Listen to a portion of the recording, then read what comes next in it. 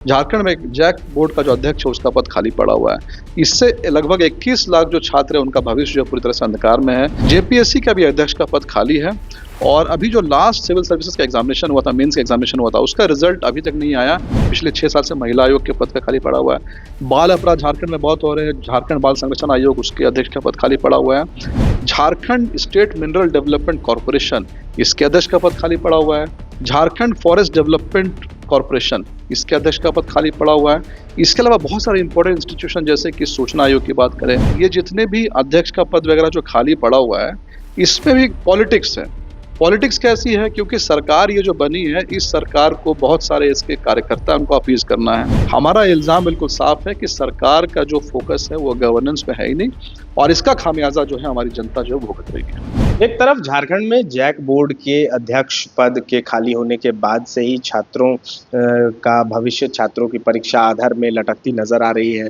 वहीं दूसरे तरफ जेपीएससी के अध्यक्ष पद खाली होने से नियुक्तियां रुक गई हैं। जो परीक्षा पहले हो चुकी है उनके रिजल्ट्स रुक गए हैं और इन तमाम चीज़ों को लेकर के भाजपा लगातार सवाल खड़े कर रही है अभी के मौजूदा सरकार पर। और इन्हीं तमाम मुद्दों पर बात करने के लिए फिलहाल हमारे साथ भाजपा के प्रवक्ता अजय शाह है।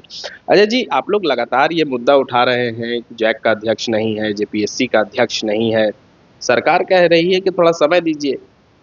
देखिए, किसी भी सरकार का जब गठन होता है तो काम करने के लिए कामों का बंटवारा किया जाता है, डिवीजन ऑफ लेबर जिसको हम कहते हैं।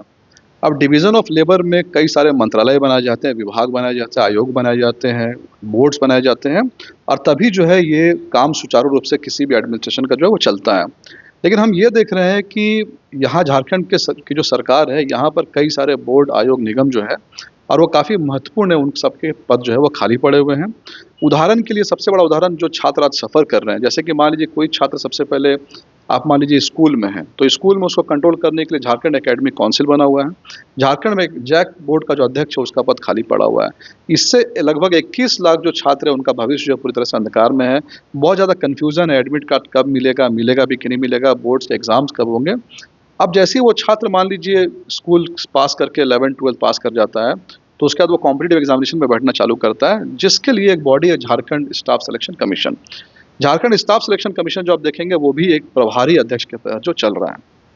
और जेएसएससी कितना ज़्यादा विवादों में रहता है ये बताने की ज़रूरत नहीं है। तो जब भी कोई प्रभारी अध्यक्ष होगा तो जाहिर सी बात है उसमें जो डिसीजंस होंगे वो इतने मेजर डिसीजंस वो ले नहीं पाएंगे। इसके बाद अगर हम ग्रेजुएट्स बच्चों की बात करें, ग्रेजुएट्स बच्चे ज़्यादातर जिस एग्ज़ाम्स में बैठते हैं, खास करके अधिकारी बनने के लिए, ऑफिसर बनने के लिए, तो उसका जो अथॉरिटी है वो है Jharkhand public service commission. JPSC का भी अध्यक्ष का पद खाली है और अभी जो लास्ट सिविल सर्विसेज का एग्जामिनेशन हुआ था, मेंस का एग्जामिनेशन हुआ था, उसका रिजल्ट अभी तक नहीं आया। हर दिन लगता है कि रिजल्ट कल आएगा, कल आएगा। जो छात्र हैं वो इंटरव्यू की तैयारी करने के लिए बेचैन है, इंटरव्यू की तैयारी कब करें। और अगर आप साइकिल देखेंगे तो यूपीएससी का एग्जामिनेशन भी जो प्रीलिम्स मई जून में होने वाला है। तो जनरली क्या होता है, जो बच्चे स्टेट सर्विसेज का एग्जामिनेशन उनका हो जाएगा इंटरव्यू ढंग से, तो फिर वो बच्चे यूपीएससी के लिए भी तैयारी जो है वो करना चालू करते हैं। लेकिन इन्होंने स्टेट सिविल सर्विसेज का रिजल्ट जो है वो भी काफ़ी डिले कर दिया है, क्योंकि अध्यक्ष का जो पद वो खाली है। और बात सिर्फ यही तक नहीं रुकती है, जेपीएससी के पास एक बहुत इंपॉर्टेंट जो रिस्पॉन्सिबिलिटी है वो है यूनिवर्सिटीज़ में प्रोफेसर्स के वैकेंसी को फिल करना। Professors, associate professors, assistant professors, और पूरे झारखंड में जितने यूनिवर्सिटीज़ चल रहे हैं वहाँ पर प्रोफेसर्स की वैकेंसी है। काफ़ी सारा पद जो खाली पड़े, उनके एग्ज़ाम्स वगैरह जो नहीं हो रहे हैं। तो आप देख सकते हैं कि मैंने जो एग्जाम्पल दिया, इसमें छात्र स्कूल में जाएँ, 12th में जाएँ, ग्रेजुएट हो, पूरे के पूरे एक सीक्वेंस में सारे के सारे इंपॉर्टेंट पद जो है वो खाली पड़े हुए हैं, जिन इंस्टीट्यूशन को ये काम करवाने हैं। और बात यहीं तक नहीं रुकती, सिर्फ बात छात्रों की नहीं है।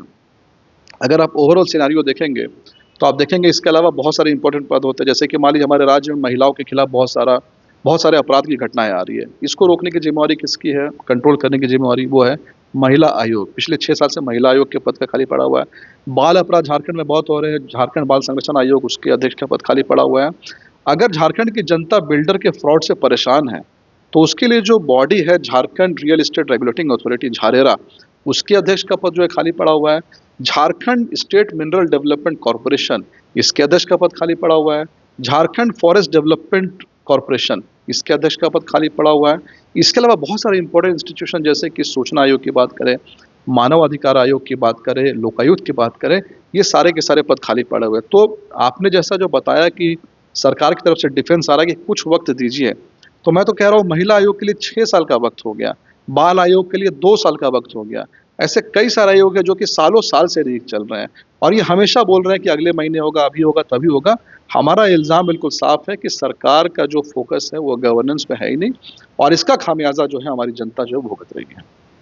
पिछले कैबिनेट के बाद शिक्षा मंत्री ने तो आकर के कहा कि बस जैक बोर्ड के अध्यक्ष की बहाली तुरंत हो जाएगी और परीक्षा में देरी नहीं होगी। तो ऐसे में फिर उसके बाद भी आप लोग अटैकिंग मोड में दिख रहे हैं। नहीं, मैं तो वही कह रहा हूँ ना कि जो मंत्री या फिर इनके साइड से जो भी आला अधिकारी है, वो कह रहे हैं कि होगा, लेकिन वो ग्राउंड पे होता हुआ नहीं दिख रहा है। तो हम उनके स्पीचेस पे भरोसा करें कि ग्राउंड रियलिटी पे हम भरोसा करें। और मैं आपसे बार-बार यही कह रहा हूँ कि ये जितने भी अध्यक्ष का पद वगैरह जो खाली पड़ा हुआ है, इसमें भी पॉलिटिक्स है। पॉलिटिक्स कैसी है? क्योंकि सरकार ये जो बनी है, इस सरकार को बहुत सारे इसके कार्यकर्ता उनको अपीज़ करना है। मान लीजिए कुछ लोगों को मंत्री बना दिया गया। आपने देखा होगा मंत्री बनने के बाद में कई सारे मंत्री वो एकदम सैटिस्फाइड नहीं थे। इरफान अंसारी के बारे में खबरें आ रही थी कि उनके लोग कह रहे हैं कि इनको तो ग्रामीण मंत्रालय मिलना चाहिए। तो ये जो एमएलए सैटिस्फाइड नहीं है, इनके कार्यकर्ता सैटिस्फाइड नहीं है, उनको प्लेस करने के लिए ये जो बोर्ड निगम है, एक लॉलीपॉप की तरह है कि भाई तुम अच्छे से काम करो, तुमको ये बोर्ड निगम जो दिया जाएगा। और इसी लॉलीपॉप के जरिए मतलब कुल मिलाकर के पॉलिटिकल कैलकुलेशन के जरिए सारे के सारे बोर्ड आयोग खाली रखा हुआ है और ये सफ़र जो है जनता करे। मैं आपको एक और छोटा सा उदाहरण देना चाहूँगा। ऐसी चीज़ें जिस पे लोगों की नज़र नहीं जाती है, मैं खुद रांची चाइल्ड वेलफेयर का चेयरमैन रहा हुआ हूँ। चाइल्ड वेलफेयर कमेटी पूरे के पूरे डिस्ट्रिक्ट में, हर डिस्ट्रिक्ट में चाइल्ड वेलफेयर कमेटीज़ होती है, जो बहुत छोटी-छोटी चीज़ें करती है। यानी कि चाइल्ड मैरेजेज़ रोकना हो गया, चाइल्ड लेबर पे लगाम लगाना हो गया। तो ये पूरे के पूरे झारखंड में जितने भी सीडब्ल्यूसी अभी वर्क कर रहे हैं, लगभग सारे सीडब्ल्यूसी का बहुत बड़ी संख्या में अध्यक्ष का, चेयरमैन का कार्यकाल पूरा हो चुका है। आने वाले समय में कौन आने वाला है, अभी तक सरकार ने उसके लिए प्रक्रिया को ठोस तरीके से पूरा नहीं किया। और मैं आपको एक और फैक्ट यहाँ बता दूँ, झारखंड बाल संरक्षण आयोग, जो आयोग पूरे के पूरे राज्य के सब चीज़ों को देख रहा है, उसमें जो मेंबर्स हैं, उन मेंबर्स तक की सैलरी मेरी जानकारी में पिछले 1.5-2 साल से पेंडिंग है। तो जो पूरे के पूरे जस्टिस के लिए बनाया गया, उनका खुद से जस्टिस नहीं मिल रहा है, तो लोगों के साथ वो क्या जस्टिस करेंगे? यही हाल बाकी सारे के सारे आयोग वगैरह का है। बीते दिनों मुख्यमंत्री भाषण देते हुए भी नजर आए। वो बताया कि झारखंड में बहुत जल्द बम्पर बहालियां निकलेंगी, 46 से 48 हज़ार पदों पर नियुक्ति होगी। इसके बाद भी लग रहा है कि आप लोग सेटिस्फाइड नहीं हैं। नहीं, ठीक है ना, बहाली देखिए, बहाली निकलना तो एक और बात है। मैं आपको झारखंड में जो स्टूडेंट्स हैं, उनका एक पैटर्न मैं आपको समझाता हूँ, जो मैंने ऑब्ज़र्व किया है झारखंड में अंदर में। सबसे पहली बात तो बहाली नहीं निकलती है। वैकेंसीज़ जो है वो भरने के लिए फॉर्म्स आपके निकलेंगे नहीं। फॉर्म मान लीजिए निकल भी गया, वैकेंसी निकल के सरकार ने अनाउंस कर दिया कि हम 1000-2000 लोगों में भरेंगे। उसके बाद क्या होता है, जो उसका नोटिफ़िकेशन आएगा, वो नोटिफ़िकेशन ऐसा आएगा कि उसमें इतने एरर्स होंगे कि कोई ना कोई हाई कोर्ट में चैलेंज कर देगा, वहाँ पर वो रुक जाएगा।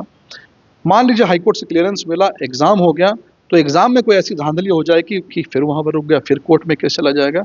अगर एग्ज़ाम भी हो गया, तो रिज़ल्ट निकलते समय क्या होता है, रिज़ल्ट में जब ये निकालेंगे, तो रिज़ल्ट में कुछ ऐसे एरर आ जाएँगे कि बहुत सारे रोल नंबर्स रिपीट हो गए, वहाँ पर जाकर के रुक जाता है। तो बहाली से लेकर के रिज़ल्ट भी आ गया, तो ऑफ़र लेटर जॉइनिंग में समय लगता है। यानी कि बहाली आज होगी और इसका जॉइनिंग आप लगाने में 2, 3, 4 साल लगा देंगे, तो छात्रों का भविष्य वैसे भी अंधकार में। अगर कोई छात्र आज ग्रेजुएट हुआ है और उसको नौकरी मतलब अच्छे से पढ़ाई करने के बाद अगर उसको अब 6 साल बाद नौकरी भी दे रहे हैं, तो आप देखिए कि उसकी ज़िंदगी है, उसका एक बहुत बड़ा प्रोडक्टिव ईयर जो है, इसी पॉलिटिक्स में जो क्या हो रहा है, वेस्ट हो जा रहा है। हम इसी के खिलाफ हैं। अच्छा, आपको क्या लग रहा है, आपने जो हर पॉइंट पे एरर्स गिनवाए, क्या इसे इंटेंशनली करती है सरकार?